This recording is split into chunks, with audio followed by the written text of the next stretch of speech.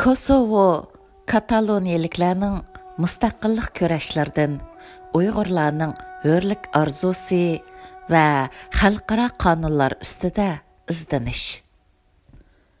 Abdori Asiya Uyg'ur. Kirish so'z.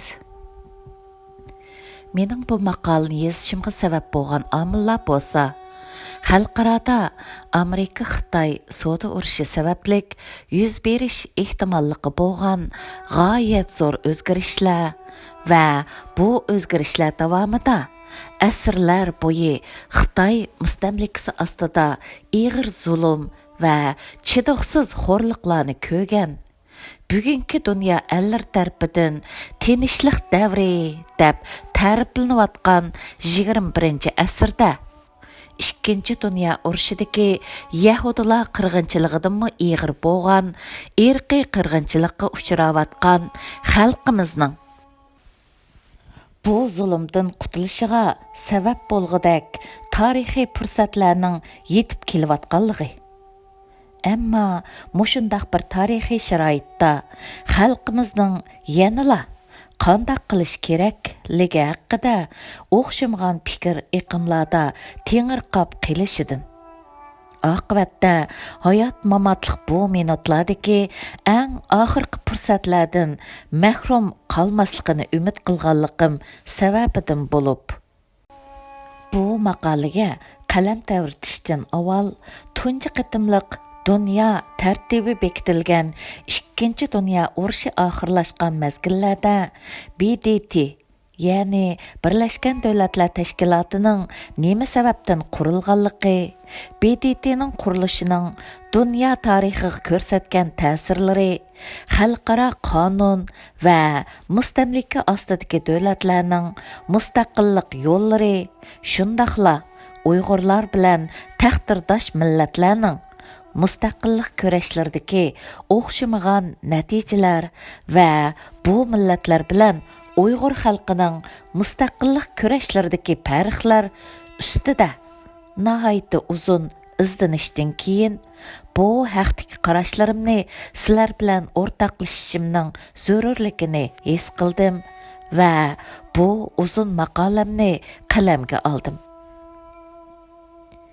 Maqolamning tunji bo'ligida BDT va uning qurilish sabablari, ikkinchi dunyo urushini qo'zg'agan jahongir davlatlarning oqibati va xalqaro sudga tortilishi, jinoyatchilarni sudlash tartibi, isbot ko'rsatish, sud ichish va irqiy qirg'inchiliklarni isbotlash tartiblari, shundaqla BDTning erishgan natijalari qatorliq mazmunlarda tafsili to'xtaldim.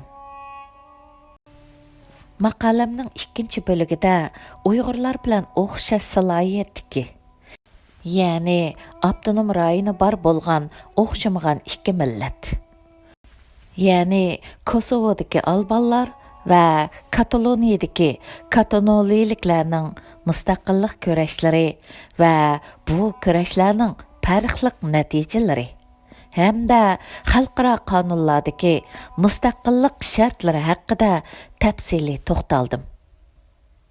Maqolamning 3-bo'ligida kurashlarimizda hamda engimizda saqlanayotgan yetarsizliklar, bugungi yangi fursatlardan qanday foydalanish va qilishga tegishli zaruriyatlar ustida qarashlarimni o'ttirg'a qo'ydim. Ishonamanki, maqolani o'qib chiqqandan keyin sizning xalqaro qonunlarga, mustaqillik tartiblari va shartlariga, xalqaro siyosat va diplomatik aloqalar, milliy kimlik bilan mustaqillikning munosabati, diniy e'tiqodni siyosatdan ayirishning mustaqilligimizdagi ahamiyati, irqiy qirg'inchilikqa uchraganligimizni isbotlashning mustaqilligimizni qo'lga olishimizdagi roli qatorliq masalalar ustida texmi cho'nqur tushunish va navbatdagi vaziyatimizda biz uchun qaysi ishning hammadan bak zarur ekanligi haqida bir qism savollaringizga javob bo'la oladi deb qarayman. Birinchi bölüm Birleşken Dövlətlər Təşkilatı qandaq organ, nemi səbəbdən qurulğan və qandaq nəticələrə erişkən. Həmmimizə məlum bolğanidək, 2. Dünya axırlaşıb, 1945 yıl 4. fevraldan 11. fevralgacha bo'lgan bir hafta ichida Amerika Qo'shma Shtatlari, Ulug' Britaniya va Sovet ittifoqidan iborat 3 cho'ng davlat rahbarlari Sovet ittifoqining Qrim yerim oralidagi go'zal manzaralik sayohat nuqtasi Yaltada insoniyat tarixidagi intayin muhim ahamiyatga ega bo'lgan mashhur Yalta yig'inini ochgan va bu yig'in dunyoning yangi kun tartibini belgilashda nihoyatda muhim rol o'ynagan. Bu yig'in yana o'z navbatida Sharq Turkistondan iborat bu tuproqning boshqa cho'ng davlatlarning manfaatining qurboni bo'lishiga sababchi bo'lish bilan birga Xitoydan iborat bu davlatning bugünkidek cho'ng bir davlat bo'lib qolishiga asos solgan. Yalta kelishimining Uyg'urlarning taqdiriga qanday ta'sir ko'rsatganligi haqida to'xtalmayman. Ammo o'qirmanlarga Uyg'ur xalqining faxrlik tarix fanlari doktori Nabijon Tursunning Yalta kelishimi va Uyg'urlar nomli asarni bu o'linishdan bir anglab beqishini tavsiya qilaman. 2. Dünya urushi faşist davlatlar bilan faşizmga qarshi davlatlar orasidagi hayot-mamotlik jang bo'lib, bu jang oqibatda faşizmga qarshi davlatlarning g'alabasi bilan oyoqlashgan va urushdan keyin dunyo tinch taraqqiyot yo'liga qarab yuzlangan. Birleşken Dövlətlər Təşkilatının tunji və ən çoğ nəticələrinin birincisi bolsa, urushda məğlub bolğan dövlətlərinin qayta urush qo'zg'ash ehtimolligini butunlay yo'q qilib etish bolğan. Chunki 2. Dünya urushining portlashiga sabab bo'lgan faşizmlik harakati mayli diktator hokimiyat ostidagi davlatlar bo'lsin yoki kapitalist davlatlar bo'lsin va yoki mustamlika ostidagi davlatlar bo'lsin, hech birini omon qo'ymagan. Ikki qatimliq dunyo urushlari sababli insoniyat misli ko'rilmagan zo'r badallarni to'lagan. Shu sabab faşizmlikni yiltizdan yo'qotib tashlash bo'lsa, birlashma davlatlar, ya'ni Birlashma Davlatlar, Birlashgan Davlatlar Tashkilotining aslidagi qurilmasi bo'lib, dunyo urushidagi faşizmlikka qarshi kurashda hamkorlik o'rnatgan davlatlar hisoblanadi. Ning urushdan keyingi asosliq nishoniga aylangan. Masalan, 2. Dünya urushida mag'lub bo'lgan Germaniyani o'zgartishda Birlashma Davlatlar Nuremberg xalqaro harbiy sudi orqali jinoyatchilarni jazolash bilan birga natsizmlikni butunlay tozalash usulini qo'llangan. 1945 yil 11 oydan 1946 yil 10 oygacha faşizmlikka qarshi davlatlardan tarkib topgan Nuremberg xalqaro harbiy sudi 22 nafar faşist urush jinoyatchisi va 6 nafar natsistlar tashkiloti ustidan sud ochgan. Sud jarayonida isbot uchun 100 ming parcha hujjat, 100 ming parcha surat lentasi va 25 ming dona foto surat ta'minlangan. Qarlığıcı və aqlığıcı ikki taraf 30 ming parchadan ortiq ko'paytirilma hujjat materiallarini sud ahliga sungan bo'lib, besib chiqarilgan hujjatlarning soni 50 million parchaga yetgan. Lentaga ilingan sud maydoni ko'rinishi bo'lsa, 4 ming dona diskaga ilingan. Mushundaq zo'r miqdordagi isbot materiallari asosida 10 oydan ortiq sud etish orqali 12 nəfər cinayətçiyə ölüm cəzası, 3 nəfər cinayətçiyə müddətsiz qamaq cəzası, 4 nəfər cinayətçiyə müddətli qamaq cəzası verilgan. Şunun bilan bir vaqtda Natsistlar partiyasının siyasi rəhbərlik guruhi, Gestapochilar və SS-chilar qatarlıq 3 təşkilatni jinoyatchi tashkilot deb e'lon qilgan. Yuqorida jazoga buyurilgan 6 tashkilot va 22 shaxsdan boshqa Birleşmiş Devletler 1946 yildan 1949 yilgacha 5000 dan ortiq natsist urush jinoyatchilarining jinoiy javobgarligini surishti qilgan va ulardan 800 dan ortiq odamga o'lim jazosi bergan. Yaponiyani o'zgartishda bo'lsa, Amerika boshchiligidagi Birleşmiş Devletler Yaponiyaga nisbatan harbiy, iqtisodiy va siyosiydan iborat 3 tarafdan harbiysizlashtirish, demokratiyalashtirish va islohot qilish usulini qo'llangan. Harbiy qonun tuzumlarni bekor qilgan, harbiy organlarni amaldan qoldirgan va tarqitib etgan.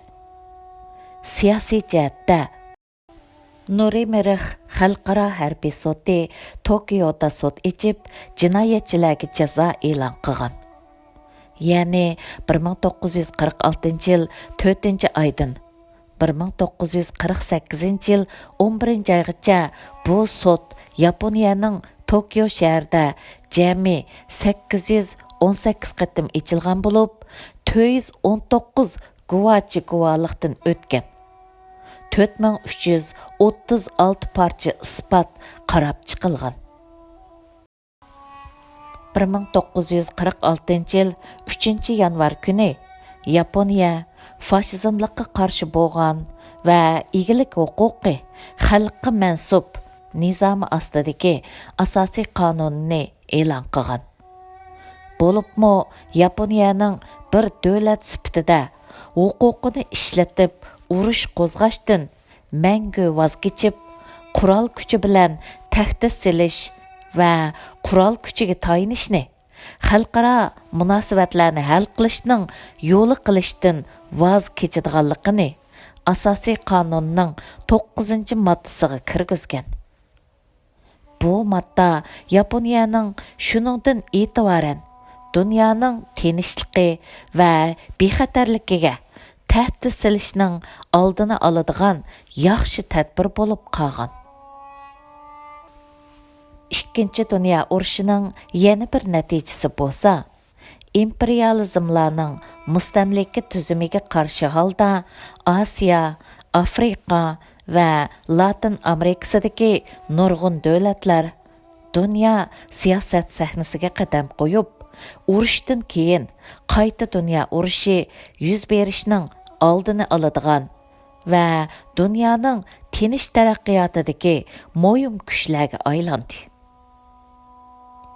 Ikkinchi dunyo urushidan chiqarilgan o'rtaq yakun davlatlarning mustaqilligi va ozodligi bo'lmasa, taraqqiyotdan eg'iz echish mumkin emas. Mustamlika hokimiyat bo'lsa, mustamlika ostidagi davlatlarning nomrodligining asosi bo'lib, mustamlika tuzumini og'dirib tashlamaganda dunyodagi nurg'un davlatlar taraqqiy qila olmaydi. Taraqqiy topgan davlatlarning taraqqiyotimi bu sabab to'sqinlikqa uchraydi. Faqat mustamlika tuzumi butunlay gumron bo'lib, ko'p sondagi davlatlar mustaqillik yo'liga mangandila. Ondan dunyoning umumyuzlik taraqqiyotini ilgir surish mumkin bo'ladi. Din iborat bo'lib, dunyoning tinch taraqqiyoti barobarlik ostida amalga oshadiganligi o'rtaq qarashga aylangan. Ikkinchi dunyo urushining yana bir natijasi Birlashgan Davlatlar Tashkilotining qurilishi bo'lib, Yalta yig'inidan 2 oy keyin 1945 yil 4-oyning 25 kuni Birleşken Dövlətlər Təşkilatının yığını San-Fransiskoda açılған.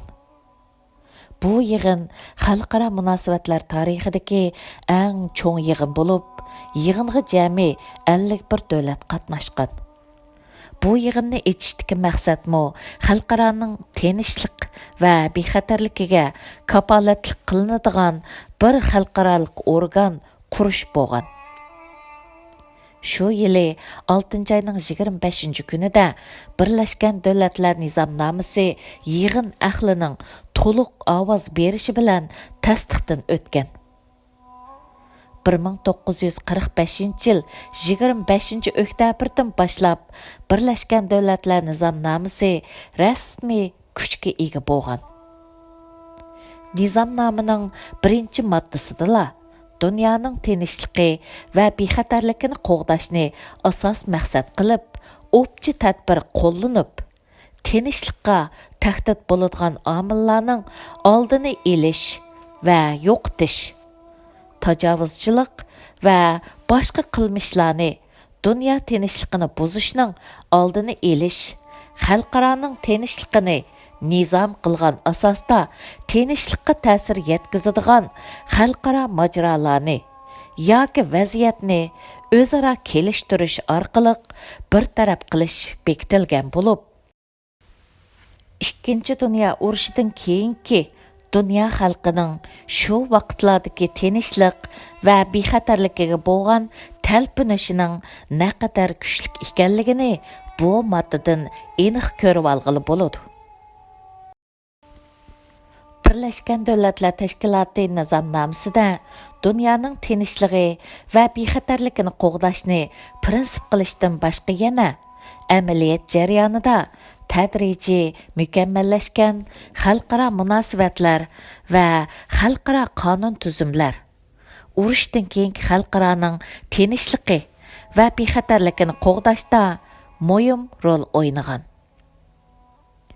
Aldı bilan Birleşken Dövlətlər Təşkilatı urushning qonunsizlik bo'ldiganligini aniq bekitgan va har qanday ziddiyat to'qinishlarni aldı bilan so'zlashish, tekshirish, yarashtirish, qonun bilan bartaraf qilish. Shundaqla har qaysi davlatlar o'zlari muvofiq ko'rgan usulda tinch yo'l bilan hal qilishni mezon qilgan. Buningdan boshqa Birleşken Dövlətlər Birləşməsi yana tinchlikni davom qilish, tajovuzchilikning oldini olish uchun kollektiv bexatarlik tuzumini yo'lga qo'ygan bo'lib, ba'zi davlatlarning dunyo urushini qo'zg'ash yo'llari shu sababdan to'salgan. Birleşken Dövlətlər Təşkilatı yana ojiz va kichik davlatlarning xalqaro ishlarga o'z ko'z qarashlarini o'ttirg'i qo'ya oladigan barobar huquqini ishiltishi uchun xalqaro sahna hozirlab bergan. Tarix shuni isbotladiki, Birleşken Dövlətlər Təşkilatıning qurilishi xalqaro ziddiyatlarning yomon tarafga qarab taraqqiy qilishining oldini unumlik ola oladi. Demak, ikki qatimliq zo'r badallik dunyo urushi insonlarga dunyo urushining oldini olish uchun ittifoqlashish, birlikda fashizmga va tajovuzchilikqa qarshi turishni o'rgatdi. Agar Birleşken Dövlətlər Təşkilatı qurilmagan bo'lsa, dunyoning bugunining qandaq holatda bo'ladiganligini hech kim tasavvur qila olmasligi mumkin. Birleşken Dövlətlər Təşkilatı qurilgandan buyon bugungacha 80 necha mustamlika mamlakat ostidagi davlatlar mustaqillik jakarladi. 1960-yili mustamlika ostidagi millatlarning mustaqilligini tezlatish uchun Birleşken Dövlətlər Təşkilatı mustamlika ostidagi davlat yoki xalqlarning mustaqillik bayonotnomasini e'lon qilib, dunyodagi xalqlarning hammasining o'z taqdirini o'zi belgilash huquqi borligi sabab tez sur'atda shartsiz holda barliq shakldagi mustamlikachilikni oxirlashtirish qarorni ma'qulladi. 1962 yil Birleşken Devletler Teşkilatı Mustamlikni yo'qotish komitetini qurib, yuqorqi bayonotnomaning amaliylashish ahvolini nazorat qilish va amaliylashtirish bo'lgan fikr va takliflarni o'ttirg'a qo'ydi. 1990 yili Birleşken Devletler Teşkilatı 1990 yildan 2000 yilgacha bo'lgan 10 yilni tunji navbatlik mustamlikachilikni og'dirib tashlashning xalqaroliq 10 yili qilib bekitdi. Ikkinchi qatimliq mustamlikachilikni og'dirib tashlash yili 2001 yilidan 2010 yili 12 oygacha bo'lgan bo'lib, uchinchi qatimliq mustamlikachilikni og'dirib tashlash yili bo'lsa 2011 yildan 2020 yilgacha bo'lgan xalqaroliq 10 yil deb bekitilgan. Ya'ni mustamlika ostidagi millatlar Birleşken Devletler Teşkilatı'nın 1514 nomerli qarorining ro'yiga asosan murassasiz holda mustaqil bo'ladi va Birleşken Devletler Teşkilatı dal bu mustamlikachilikni butunlay og'dirish xalqaroliq 10 yil planida mustamlika ostidagi millatlarning mustaqil bo'lishida turtkilik rol o'ynaydi.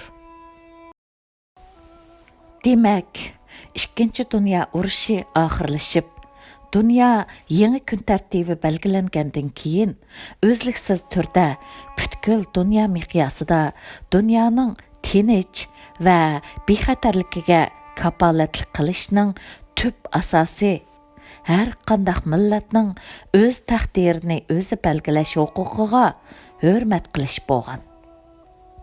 Qaraydigan bo'lsak, Ikkinchi dunyo urushi oxirlashib, toki bugunga qadar har xil sharoitlarda xalqaroning qo'llashi yoki o'z irodasi bilan mustaqil bo'lgan davlatlar o'zliksiz bo'lib turgan. Uyg'urlar 21-asrdagi eng cho'ng irqiy qirg'inchilikning qurbonlari bo'lgan bu ig'ir kunlarda mustaqillik va o'z taqdirini o'z ilkiga elishga bo'lgan orzu va intilishlari ta'xirsiz bir chekka yetgan bo'lib, mushundaq bir paytda xalqaro vaziyatda o'zimizga foydali usulda o'z haq-huquqlarimizni qo'limizga elishimiz uchun bizga o'xshash qismatlarni yoki bizga o'xshashib ketadigan qismatlarni beshidan kechirib mustaqil bo'ladigan millatlarning izlaridan o'rnak elish bizga yangi ilhom va umid bag'ishlashi mumkin. Iroqni qo'yib, yaqinqi zamonlarda mustaqil bo'lgan davlatlarga qaraydigan bo'lsak, bu davlatlar orasidagi Kosovo va Kataloniya mustaqillik harakatlarining jarayonlari bizning alayda diqqat bilan izlanishimizga arziydi deb qarayman. Men bu yerda bu ikki zimindagi xalqlarning mustaqillik kurashlari va birining mustaqil bo'la olishi, ammo yana birining mustaqil bo'la olmasligidagi sabablar haqida to'xtalaman. Davomi bor.